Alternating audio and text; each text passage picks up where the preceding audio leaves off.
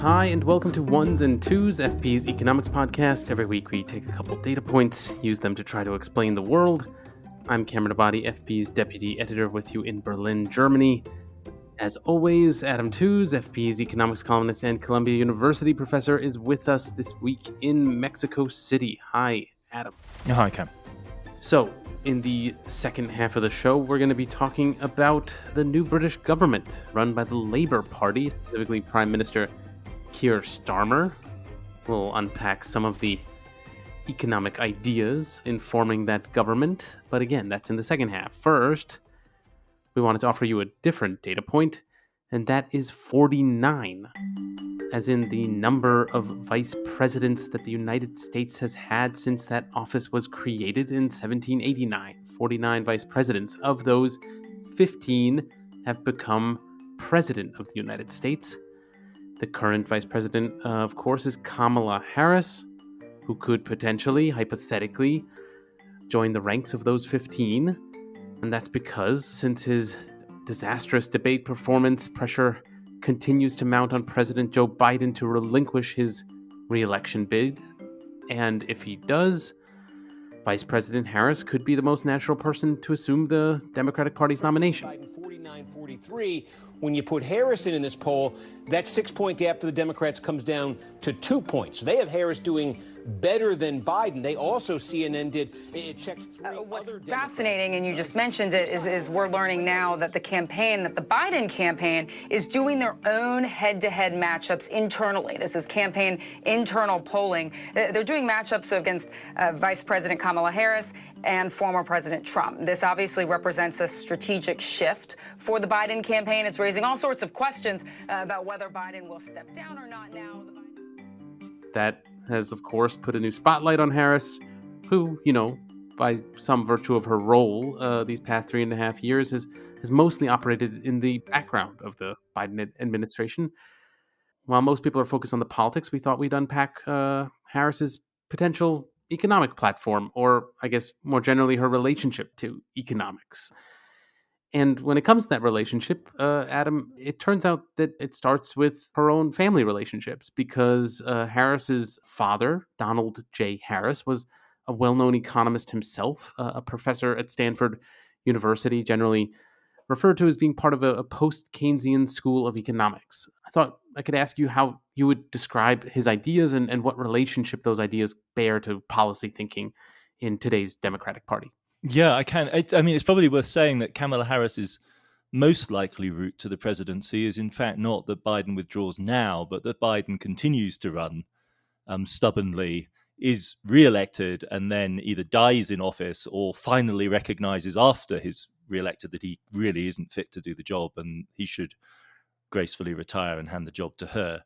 I've been in several meetings with political advisors who've said that, bankers, for instance, as an American business, should prepare for a Harris presidency because the odds of Biden surviving, given his underlying health conditions, are really just not that high, which does make the question of her background and her influences a very relevant one. Yeah, her dad, Donald J. Harris, is a genuinely interesting intellectual of a particular period of the 60s, 70s, 80s. He's of Jamaican origin and had a very distinguished career in economics in the United States. I believe he was the first black man to get tenure at Stanford in the economics department, and that's where he finished his career.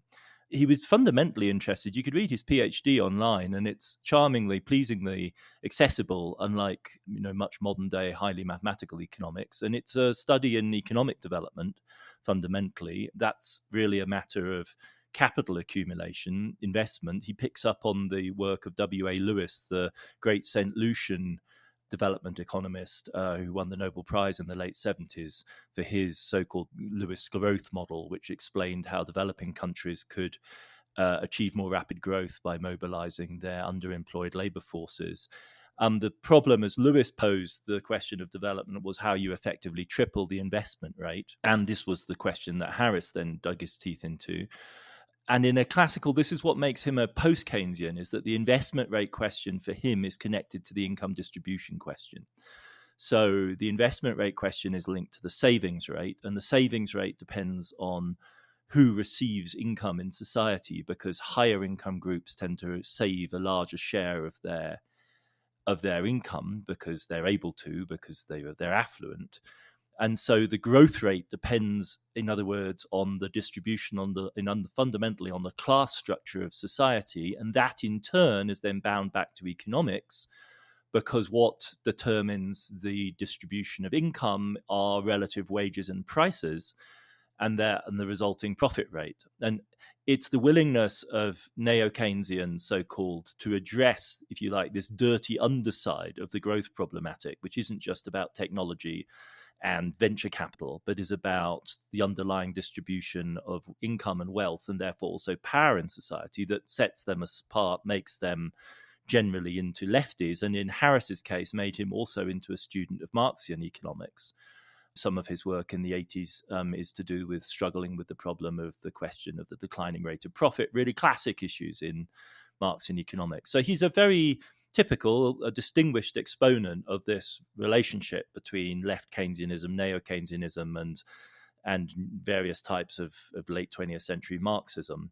As such, he's what you would call in economics, professional political terms, a heterodox figure. As a heterodox figure, he's an opponent, of course, of neoliberalism and market economics. And then, of course, many of the pundits celebrating Bidenomics also identified Bidenomics as opposed to neoliberalism. And then, by the logic of your enemy's enemy is your friend, heterodox economics is recruited, if you like, as a kind of intellectual inspiration for Bidenomics. I think this is completely specious. The people who've defined Bidenomics are far, far more conventional economists than Donald Harris ever was. He's, in other words, a far more radical figure than anyone who's been doing any economic advising in the Biden administration. The Biden administration, has not focused overly on the overall investment rate, nor has it really systematically connected that to questions of income and wealth distribution. That would require a much more radical approach than they're willing to take. And so really, I think it's a matter of, there's a huge generational divide, you might say, which is represented within Kamala Harris's family between her father's generation of immigrant radicals and Caribbean radicals, and her own generation of much more mainline Californian Democratic establishment figures. Well, then let's turn to Harris herself. She actually majored in economics as an undergraduate. She studied at Howard University, a historically black college in Washington, D.C., and that raised a couple of questions for me. First, how relatively unusual is it, or not unusual, for women, and black women specifically, to major in economics? Just anecdotally, that seems to me like it could be an outlier, that Harris could be an outlier there. And secondly, what could we say about what she may have learned in the economics department at Howard? What sort of economic tradition does Howard University have? I mean, it's very unusual for a black person in the United States to become even to receive even a BA in economics, let alone to become a professional academic economist. I can't quite believe these figures, but these are the things that I think I found in Bloomberg, or maybe you found them, Cam, which claim that only 1,000 black men received BAs in economics in the United States in 2019, and only 500 black women, which is just staggeringly low figures. The percentage of professional economists who are African American or black is as low as 1.6% of all academic economists. And even at Howard, if you look at the roster of people teaching economics there, it's by no means overwhelmingly African American or black. So it's an unusual thing, both for her, for her father, for Harris's father, to have been such a distinguished economist. Perhaps it's telling that he himself is a migrant from Jamaica, and for herself then to have studied economics at Howard is quite unusual. When she was there, she led the so-called Abraham Harris Economic Society, and that society, student society at Howard, derives its name from Abraham Lincoln Harris Jr., who was the second African-American ever to get a PhD in economics. The first was Sadie Alexander, a really legendary figure. And Harris was a key figure in the early civil rights movement in the United States. He wrote for The Nation and The New Republic. We're talking about the early 20th century here. He was one of the people who, during the Great Depression, headed Howard's economics department and focused its curriculum not just on then mainstream topics, but on issues to do with labour and social justice. More recently, the Howard Department has been the home of William Spriggs, who was one of the leading black labour economists of his generation, figure in the Obama administration in the Department of Labour, and the chief economist of the AFL-CIO, who was a very important voice insisting on the inextricable connection in American society between racial disadvantage, class, and labour market disadvantage. The things, they're all intimately interconnected with each other. And this has become mainstream, at least now, to the extent that the Federal Reserve, for instance, in setting interest rate policy under Jerome Powell, has openly recognized the way in which a tighter labour market disproportionately benefits black Americans and above all black men, because they suffer from the discrimination, which means that they are the last into employment and the first out of employment when the Federal Reserve uses interest rates to, as we say, take the heat out of the labour market. What that effectively means and what it effectively regulates is above all black men's employment. And so, yes, the Howard Department, through individual figures, has been a very influential one in changing the discourse in America about macroeconomics and race. So before Harris was vice president, she was both attorney general and senator from the state of California. Obviously, California is a major economy in its own right, and I'm curious about her record there, specifically what we can deduce about her relationship to antitrust issues. I mean, that comes to mind because of all the major tech companies based in California that Harris must have been involved with in both those earlier positions. Just curious whether, this informs something that we could call a kind of distinct economic philosophy rooted in California, this kind of California liberalism that you referenced before.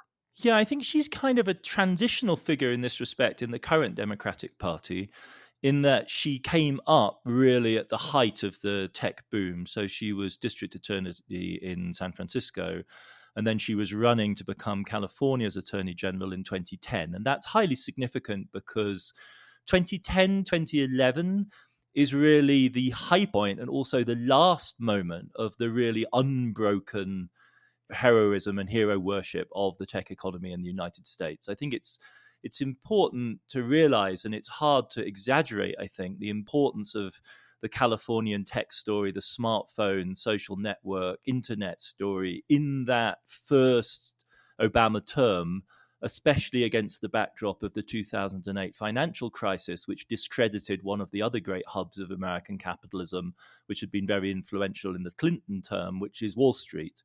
And sort of the happy, good, forward-facing, futuristic face of American capitalism at that moment was tech. And Harris is, as far as I'm able to discern, and there's quite a lot of reporting on this, a straight-up mainline, big tech identified, happy Californian Democrat. Like, that's her kind of position. She's very tight with Sandberg at Facebook. She's got family connections to Google. She made some noises about trying to curb, sex trafficking and revenge porn and this kind of thing, some of the topics of the 2010s on the platforms. But whenever the talk of regulation and legislation got serious, she would withdraw from the front line. She receives a steady stream of donations from senior Silicon Valley operatives. She's not perhaps their most favored candidate. They like Pete Buttigieg even more. But nevertheless, she's tight with them. And so to that extent, quite different from the younger generation of more radical Democrats who filled out some of the key roles in the Biden administration. I'm thinking particularly of Lena Khan at the Federal Trade Commission, has after all waged, some would say a quixotic, others would say a heroic struggle against the big tech platform interests with a series of more or less successful suits that the administration and the FTC has brought. So I think Harris belongs on the mainstream, relatively pro-business, pro-Silicon Valley side of the administration at this point. And I do think that's a generational thing. She comes into, prominence at precisely the moment before the euphoria around tech has really broken and a much darker narrative of Silicon Valley takes hold, especially of the left wing of the Democratic Party. So since becoming vice president, Harris has suffered, quite odious and bigoted attacks from conservative media for being what they sometimes just outright call a DEI vice president. That's a reference to diversity, equity, and inclusion. And the implication being here that Harris doesn't deserve the job she has and that she was sort of just given it for the sake of diversity. And again, that's all quite odious, and the administration has pushed back on it along those lines. At the same time, Harris, for her own part, has unabashedly taken the lead in the administration on issues related to economic opportunity for minority groups, on issues that we could say fall broadly under DEI concerns. And, one of the things she has insisted on in public appearances and in her own public speeches, a difference between equity and equality. And I'm curious what the genealogy of that distinction is and whether that emerges from economics and what to make of that. Yeah, I mean, it's worth saying for our audiences around the world who've been following this story that American politics on this sort of issue is really Janus-faced or schizophrenic, because obviously Harris is in many ways a highly qualified candidate, and so to dismiss her as simply a kind of diversity hire is absurd. On the other hand, it's also true that in the current arguments about whether or not Biden should go and whether or not Harris should replace him, people speak very openly about the sectional logic that says that she's the black woman and so she can't be dumped because it would forfeit a large part of the Democratic Party electorate, and the Black Congressional Caucus has made clear that they would demand an extraordinarily high price. There's even been debates about how black Kamala Harris is, right? Because she has this, her mother is Asian, is South Indian. And so this issue is there around Harris, and it's there in American politics, in which race is openly and identity politics are openly mobilized. And politics is sectional. You buy sections of the vote with candidates of particular identities. Harris has spoken about these issues by using this distinction, equity versus equality. There was even a video that circulated quite widely in which she tries to explain, or some voice tries to explain, I don't really know whether it's hers, but it's attributed to her, this distinction. And I think the idea is intuitive at first anyway. So equality of treatment, she claims, means that everyone gets the same treatment regardless of where they start from, which results in highly unequal outcomes. So that's a kind of specious, bad faith equality talk. It's a little bit like Anatole France's famous observation that the law in its majestic equality, I'm quoting him now, the law in its majestic equality forbids rich and poor alike to sleep under bridges, to beg in the streets, and to steal their bread, right? That's the bad faith notion of equality, because obviously poor people might be tempted to sleep under a bridge, whereas a rich person would never really face that choice. Equitable treatment implies raising folks up so they can compete on an equal footing. So this principle is often illustrated by the nice line that equality is giving everyone a shoe, but equity is giving everyone a shoe that fits, right? And again, you can see the sort of powerful distinction that's being made here. But it's a subtle distinction, and in common English language, even if you look in dictionaries, the terms equity and equality are actually used to explain each other quite often. So equality is equitable treatment and vice versa. So, I mean, these analogies help, I think, us to understand the distinction here. The problems are how you implement it, and conservatives have ridden in on this fact that you could take Harris to basically be advocating an equality of outcomes. In other words, you would adjust the initial conditions to the point at which everyone in a certain society would achieve the same outcomes, and equity would consist in the principle of making that adjustment. I mean, I think that's far too radical. I think the most obvious way of interpreting what Kamala Harris means on this point is really just the sort of optimistic assumption that if we eliminate the most egregious disadvantages that folks suffer in American society today, then there's really no reason to expect that the outcomes between different ethnic or racial groups or genders would be significantly different. In other words, there's an assumption that as soon as you level the playing field, all will be well. Or following on from that, whatever differences would emerge once you have leveled the playing field would no longer be problematic. right? That they would be the result then of merit. And Kamala Harris is not an egalitarian, I think. I don't think that's a totally specious accusation to make against anyone with her kind of background and reputation, or the ideology of the Democratic Party today. This is the sort of silly nonsense that the GOP circulates when it describes the Democrats as socialist. They clearly aren't. In terms of the genealogy, that the term equity actually has its roots not in economics but in law. And I think Kamala Harris, intellectually speaking, is much less an economist than she is a lawyer. And equity refers to what emerged and in some ways persists as a distinctive system of individualized justice outside the strict application of usual rules. It was established originally in separate court system, the King's Court of Chancery, where equity norms and principles merged with standard state and federal principles in the American case. So equity provides the authority for judicially ordered flexible corrections to otherwise rigid rules. And that, I think, is also, of course, what makes harder line liberals squeamish about this idea that it sounds really like a license to engage in social engineering of whatever type your liberal disposition predisposes you to pursue. And that's I think, probably where, a modern political engineer or tactician like Harris is, that's a fair characterization of her understanding of how things ought to be managed. Well, I mean, perhaps it's fair to wonder whether among those who are made squeamish are the minority groups that are being targeted for assistance themselves. Obviously, the Biden administration has created various economic policies to help minority groups, Blacks and Hispanics specifically, and Harris has been at pains to, insist on that assistance. But those groups are still, if the polls are to be believed right now, more likely to vote for Trump in larger numbers, at least, than they had before. And again, if those polls are to be believed, Harris is not terribly popular with those groups. And so I guess as just a general question, I wonder, are minority groups in the United States more economically conservative than we sometimes might think? So, I think it's important to distinguish levels and trends here.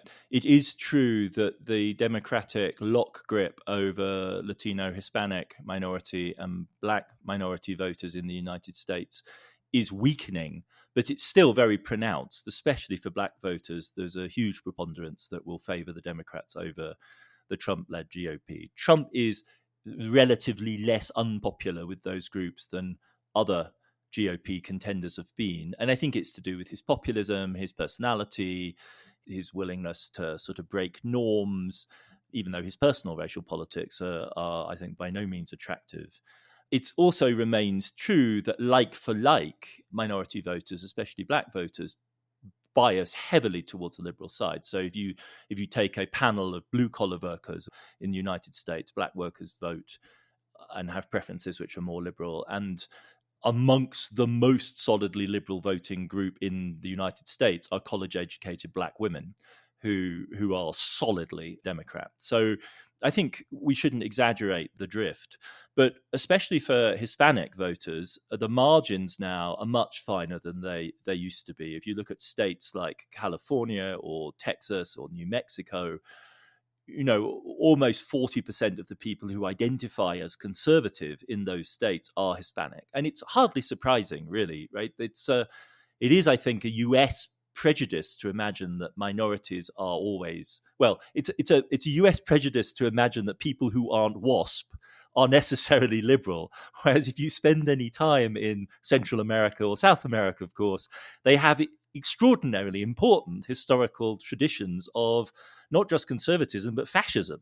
So the idea that by virtue of being Latino in North American society, you are necessarily liberal because you suffer racial discrimination it's just a fallacy.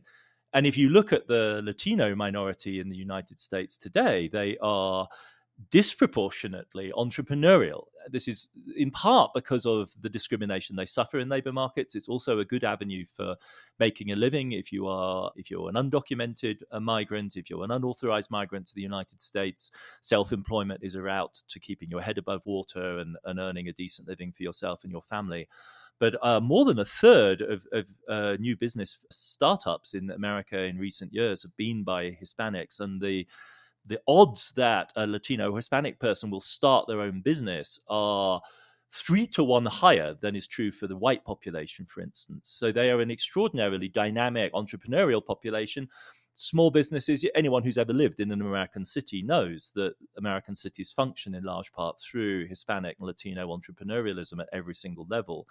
And that, in the long run, you would imagine will predispose this group to become, what we're familiar with from Miami, for instance, a very large, very conservative, in every respect, culturally and economically conservative business class that just happens to be Spanish speaking and originate in Mexico or South or Central America.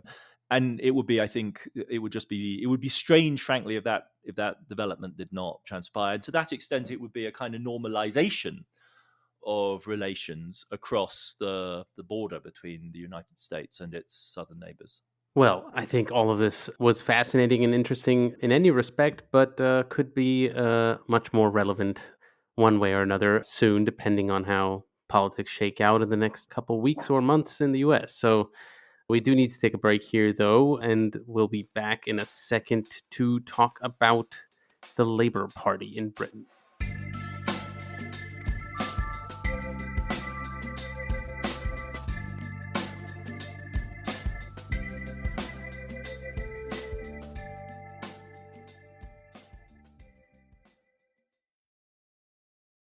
Welcome back. Our next data point is 411. That is the number of seats in Parliament that were just won by the Labour Party. Prime Minister Keir Starmer has reaped credit for the country's biggest landslide victory in 30 years. That's ever since Tony Blair first took office as Prime Minister in 1997. But while Blair was readily identified with a kind of coherent governing philosophy, the new Labour project that was in line with similar center-left centrist efforts in Europe and the US, it's a bit harder to say what economic ideas Starmer stands for. So, yeah, we thought we'd try to offer some correction there. Adam, Labour has won this landslide, but its share of the national vote is roughly the same as in previous elections. This landslide in Parliament is the result of the first past the post electoral system, which tends towards these kinds of outcomes. I'm curious, though, about the composition of that share of the vote for Labour. Has that changed in any significant way? I'm curious here, because of Starmer's positioning, whether he's even sort of crowded out the centre-right. The Tories are a much smaller share of Parliament than they were before. And is there a kind of danger involved in that? Has sort of Starmer risked becoming a kind of Macron-like figure in the centre, changing politics in that way? Yeah, when interpreting UK election results, it's important to think ecologically, if you like. The result is never the result of just one party's action. And so as in France in the recent election there, two things matter. First of all, is the Conservative bloc unified? And in this case, it wasn't. And then secondly, are the opponents of the Conservatives unified in the sense that they vote tactically? And in this case, they were. So what happened is that the Tory vote was split by the so-called Reform, Farage, ultra-Brexit, far-right party, which is devastating because if you lose 4 or 5 percentage points, you could suddenly fall below the majority and then you're dead. And conversely, across constituencies across the UK, you see this very selective voting pattern in which at the moment it becomes clear that a Labour candidate is ahead and is the best proposition to beat a Tory, the Liberal and Green votes all go to the Labour candidate. And then conversely, in other constituencies where it was become clear that Labour was never going to win, the votes for the Liberals and the Greens surge. And there was not, unlike in France, a formal coalition to keep the Tories out or to drive the Tories out, but that's de facto what emerged in this case. So we shouldn't exaggerate what Starmer has done to the Labour Party as a driver. You could say that by being unobjectionable to Middle England, he enabled this de facto coalition against the Tories to emerge, but it's at that kind of level that you have to make the argument. What is clear, though, is that Starmer's Labour Party is not a Macronist formation. I mean, he may, look like Macron in some ways, like a glossy middle-aged dude and whatever, but it's a really very different social complexion. I mean, Macron's vote is is downright anti-popular, right? I mean, Macron's voters are meritocratic, sort of anti-egalitarian, leadership class people, right, in France. And that's why they're so widely hated by the rest of French society. That is not the complexion of the Starmerite Labour Party at all. The left might want Labour to be more radical than it is. It's not an elitist or egalitarian formation. It's in fact remarkably socially balanced. If you look at criteria like social class by occupation or education or income, Starmer's Labour Party biases undoubtedly a little bit towards higher educated people, in fact, significantly towards higher educated people, because it's also a party of younger voters. The Starmerite vote also goes up as incomes increase, but the remarkable thing is how level it is across all these different categories. So the Labour Party scores between 32 and 36% of the vote, regardless of how you break the British electorate down. It varies most by age and by education and by region of the country. And in this respect, it still is the heir to the old Labour Party. In more deprived constituencies, it scores almost 50% of the vote. And in better off neighbourhoods, the richest parts of the southeast of England, it gets only 22% of the vote. And that's the smallest gradient the Labour Party has ever seen. But nevertheless, the heritage of the Labour Party as a working class party, especially of the north of England, is still a viable and important force, and it's one to which Starmer actually also very loudly appealed in his self-presentation, very unlike Macron. So, if we were to take a stab at defining Starmerism, how would we go about that? I mean, there have been various kind of descriptions I've come across in reading around. Even one article I came across in the New Statesman claimed that Starmer was actually an ordo liberal, drawing on this German economic tradition that helped shape post-war Germany. So, again, there are a lot of ideas out there. How would you go about defining what Starmerism is? I mean, I think it's really a series of negatives before we come on to the positives. So first of all, it's well-ordered, sensible government in the interests of the common good. So not the Tories of recent years. It is, however, also not Blairite. You were asking about Macron. Another figure against which Starmer positions himself is Blair. Blair really was a kind of Macroniste in the sense that he wanted to make all of Britain, Europhile and middle class, and Starmer is not promising that at all. And he's also not a Thatcherite in any simple sense, right? So he's not a pro-market privatization figure. So how then does one positively identify what he's about? There's a deep communitarianism about him that is really quite extraordinary. In his 2021 Labour conference speech, he literally said, the two sources of what I believe to be right and good are family and work. I mean, it's really like a classic kind of, it's almost social Catholic kind of conservative vision of the source of value. People cite Sandel from Harvard, who's been quoted all over the place right now as a kind of godfather of authoritarianism, of communitarianism. I said a telling slip. Sorry on my part. Starmer, is an intellectual. He was a very serious human rights lawyer, and actually interviewed Sandel on a BBC show that he hosted. So there may be a kind of connection there. And this, again, pushes against the social snobbery of a Macron, the elitism, the meritocratic kind of energy of a Macronism, or for that matter, a Blair. So there's a sort of communitarian vision of the common good, which is crucially also in defining him against the Thatcher, who famously said there's no such thing as society, whereas Starmer clearly believes that families and work constitute society, and that's why it's good.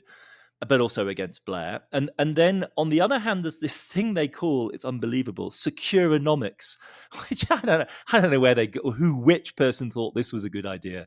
But securonomics is, an economic policy focused notionally on security and resilience. They borrow from Janet Yellen's liberal supply side thinking.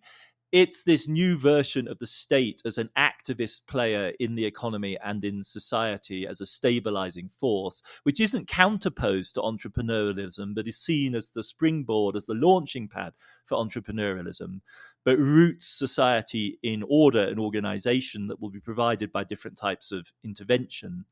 to their credit, one should say that they have been very loud in arguing for a rollback of the labour market's quote unquote liberalisations that have reduced the standard of living of many working class people in Britain and have enormously expanded the group of the working poor. So this is where I think the rubber hits the road, and their communitarianism and their securonomics will really be tested, is as to whether or not they're actually able to reduce the problem of working poverty in the UK. And then there's a third element. George Eaton made this sort of tripartite distinction in the New Statesman, which is one of the leading kind of liberal organs in the UK, where liberal in the American sense, broadly left-centre organs, where you can see the programmes of the Labour Party being discussed in intelligent terms.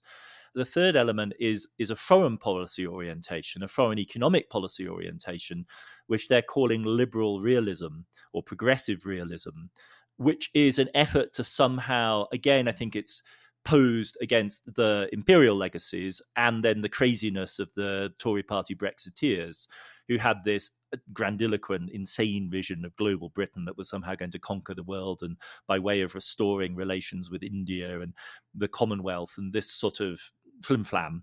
The progressive realists are trying to say, no, the issues are the ones that we all know. They're about climate, they're about AI. And in this sort of broader, more realistic view of the world, the UK occupies a very modest position. And so from that very modest position, we should negotiate in a sensible way with our obvious partners, which include the United States, but might also in certain domains include the Chinese and the EU. And so it's this sort of trifecta of a root communitarianism, which embraces Starmer's working class family background, an economic policy of a kind of post-neoliberal interventionism, and a realism about Britain's actual position in the world, that I think we see the outlines of a kind of Starmerite political economy. Yeah, you mentioned Janet Yellen, the U.S. Treasury Secretary, and as it happens, Starmer's own Chancellor of the Exchequer, basically Britain's Treasury Secretary, is Rachel Reeves, and she has openly said she'd like to emulate Yellen and her program of supply-side liberalism.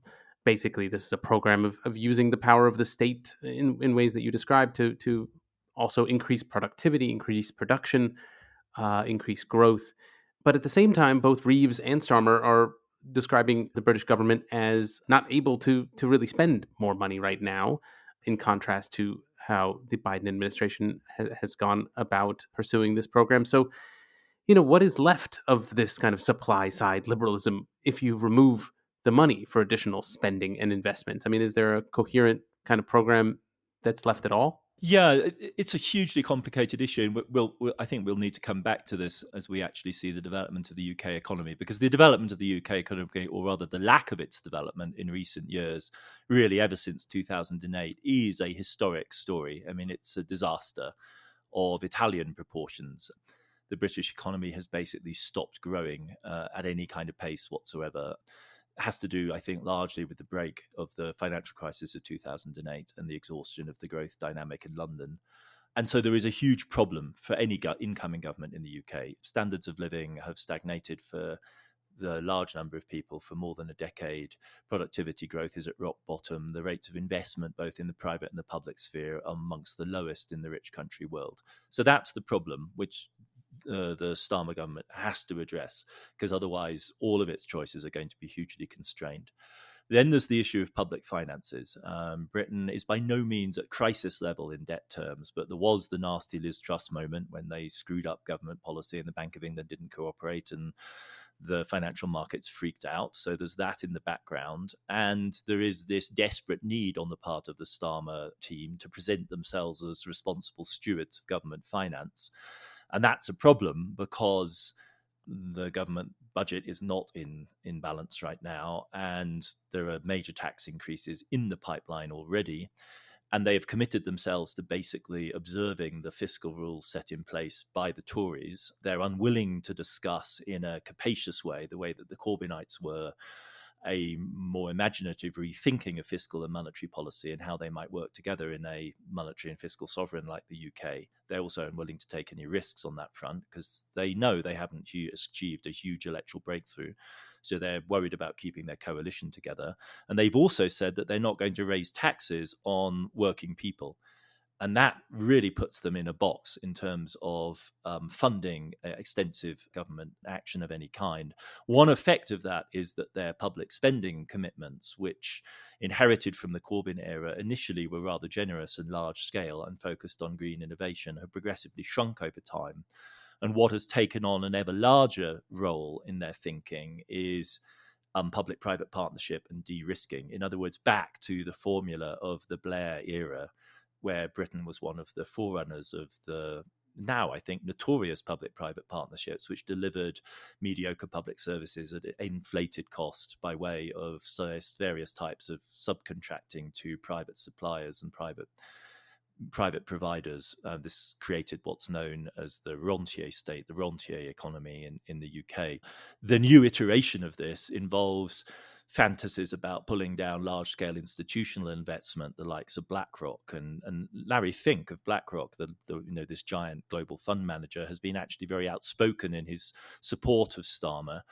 I think the challenge there will be actually doing the deals, because when it comes to it, private investment often requires a very, very heavy amount of de-risking, at least £1 or $1 of public money for every £3 or $3 of private money that go in, which is not necessarily a particularly attractive kind of deal.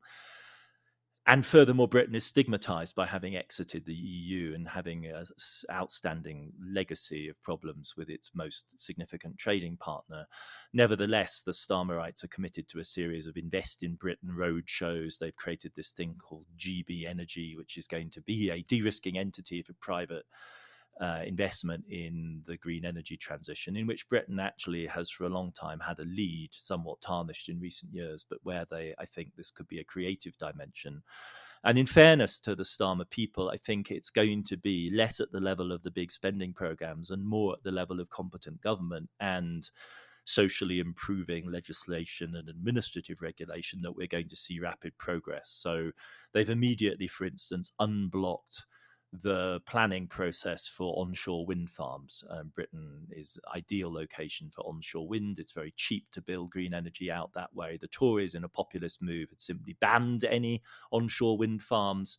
Within hours of taking office, the Ed Miliband and the Starmer administration have unblocked that. I think they're going to move hard on offering a much better deal for working people in Britain, in abolishing 0 hours contracts and trying to restore a degree of fairness to the labour market. They may be able to make some significant changes within the welfare system in moving towards more adequate provision for families. And I think it will be there that the real bona fides of this progressive administration are tested. It isn't going to be in large spending programs. Given the way they've boxed themselves in, there isn't going to be much room for that, but it's going to be in the nitty-gritty of the workings of the British state and British government that they may be able to make real strides. And one should not underestimate this, as much as people in retrospect like to knock the Blair administration, for instance.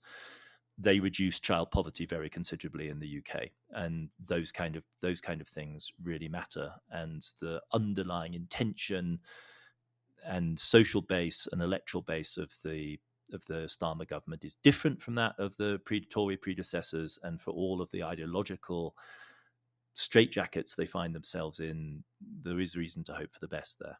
Still, this does make me wonder about the nature of Starmer's relationship to the working class and his own working class base.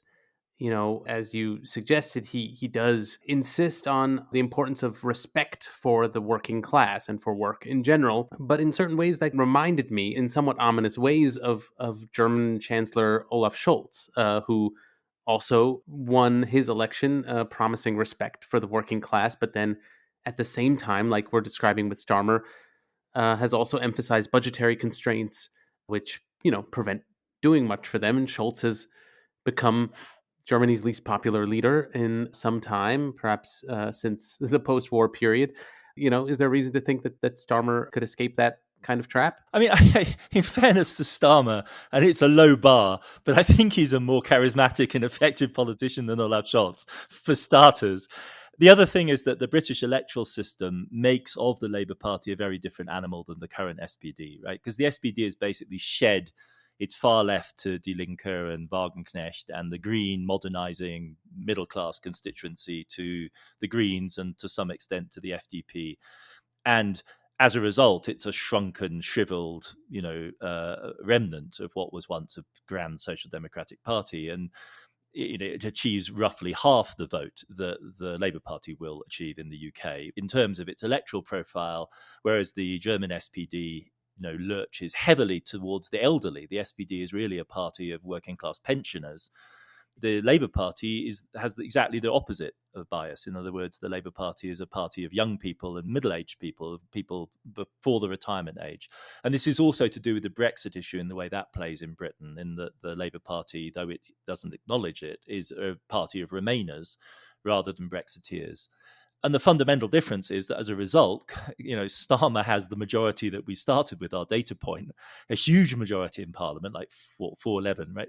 And Scholz is the hapless manager of a three-way coalition that can't get anything done because the FDP, the right-wing liberals he's in coalition with, block every move that he makes, and any radical instinct, any shred of radicalism he might ever have had in his body is stifled by them.